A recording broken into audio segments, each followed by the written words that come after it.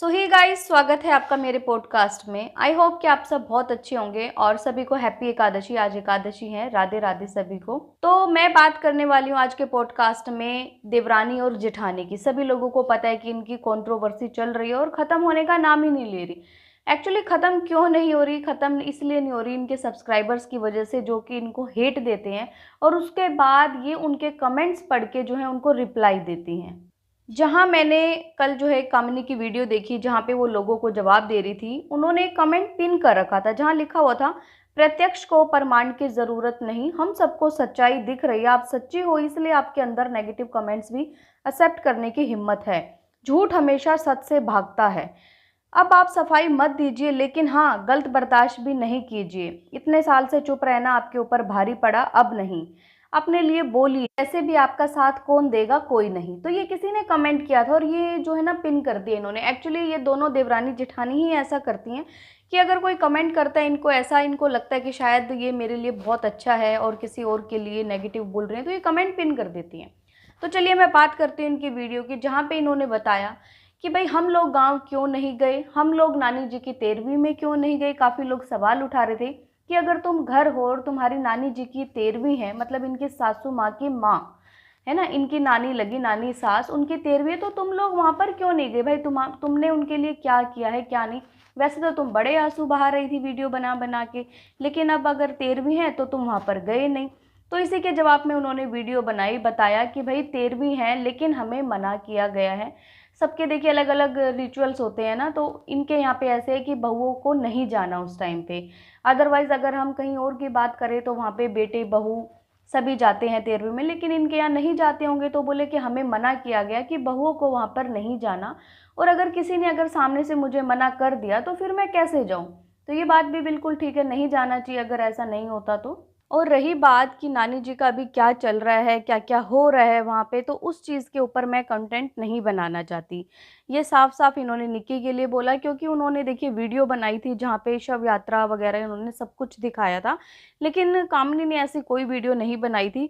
एक वीडियो बनाई थी जहाँ पे आके उन्होंने लोगों को जो है बताया था, काफ़ी लोग उनको जो है सवाल जवाब कर रहे थे, क्योंकि उस टाइम पे वो अपने मायके गई हुई थी। काफ़ी लोगों ने उनके ऊपर ब्लेम लगाए थे कि तुम तो गई नहीं, नानी जिंदा थी तभी तुम चली जाती, ये है वो है। तो उसके ऊपर उन्होंने एक वीडियो बना के लोगों को जवाब दिया था।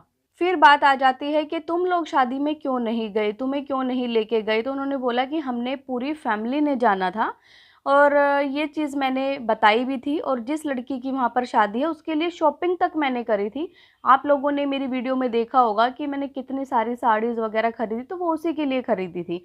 तो हमने भी शादी में जाना था, और मैंने बोला भी था अपनी वीडियो में कि पूरी फैमिली का हमारा एक ट्रिप का प्लान बन रहा है और पूरी फैमिली हम कहीं जाने वाले हैं। लेकिन जब इस तरीके की जो है ना हालात हो गए घर में, नानी जी गुजर गई, तो तब जाके ये वाला हमने लिया डिसीजन कि भाई किसी को तो घर में रहना होगा, क्योंकि उस टाइम पे नवरात्रे चल रहे हैं अभी, और अखंड जोत उनके घर में जल रही थी और कंजके भी उनको बिठानी थी। तो इसलिए जो है ना वो वहाँ नहीं गई और घर पर रह गई।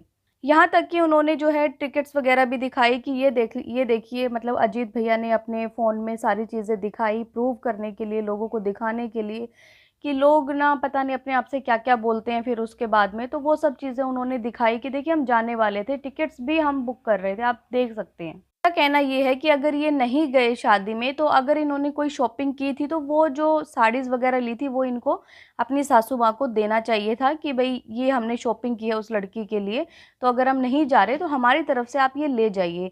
लेकिन ऐसा इन्होंने व्लॉग में अभी नहीं बताया कि हमने दिया है या नहीं दिया। और कामनी का ये कहना कि हम बड़े बेटे बहू हैं तो हमारा फ़र्ज़ बनता है, और घर में शायद माता रानी यही चाहती थी कि हम जो है माता रानी की सेवा करें, घर में रहें और कंजकी अच्छे से बिठाएं, तो शायद इसीलिए हम लोग नहीं गए। माता रानी शायद उनसे सेवा करवाना चाहती थी, यही कामनी का कहना है।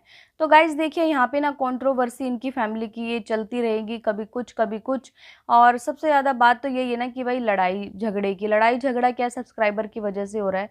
अगर आप किसी को नहीं पसंद करते तो आप उसको मत देखो, लेकिन दूसरी जगह जाके है ना उसको हेट कमेंट्स बिल्कुल मत करो। कामिनी जो है जोश टॉक बिहार पे भी गई, वहाँ जाके उन्होंने अपनी स्टोरी बताई कि किस तरीके से मैं यूट्यूब के प्लेटफ़ॉर्म पे आई, मैंने क्या-क्या स्ट्रगल किया। कोविड के टाइम में मेरे हस्बैंड की जॉब चली गई थी, उस टाइम पे मैंने यूट्यूब स्टार्ट किया।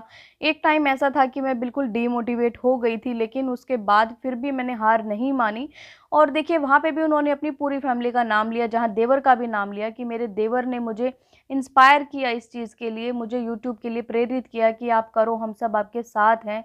तो इस चीज़ में मैं बिल्कुल गलत नहीं कहूँगी कामनी को कि भई देखो उन्होंने किसी का नाम नहीं लिया या फिर किसी ने उनकी हेल्प नहीं की, सभी ने उनकी हेल्प करी, उनकी सासू माँ ने, उनके देवर ने, सभी ने।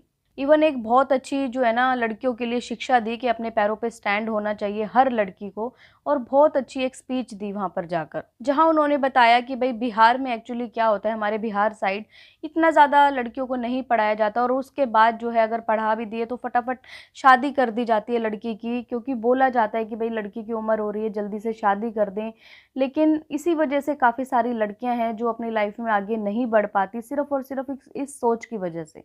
इवन लोगों ने तो उनको जोश टॉक पे भी नहीं छोड़ा, वहाँ जाके भी बहुत गंदे-गंदे कमेंट्स किए कि ये तो चुड़ैल लगती है, इसके दाँत लंबे हैं, ये बहुत गंदी है, ये नेगेटिव लेडी है। मतलब लोगों को पता नहीं क्या ही मज़ा आता है नेगेटिव कमेंट्स करने में ऐसे इंसान को, जो कि बार-बार जो है ना अपनी चीज़ें बता रहा है, काफ़ी टाइम से उसके साथ जो है ना घर में जो कुछ भी हो रहा है, वो चीज़ अगर वो कहते हैं नाक तक पानी आ गया, उसके बाद उसने बताना स्टार्ट किया, फिर भी लोगों को मतलब वही गलत लग रही है।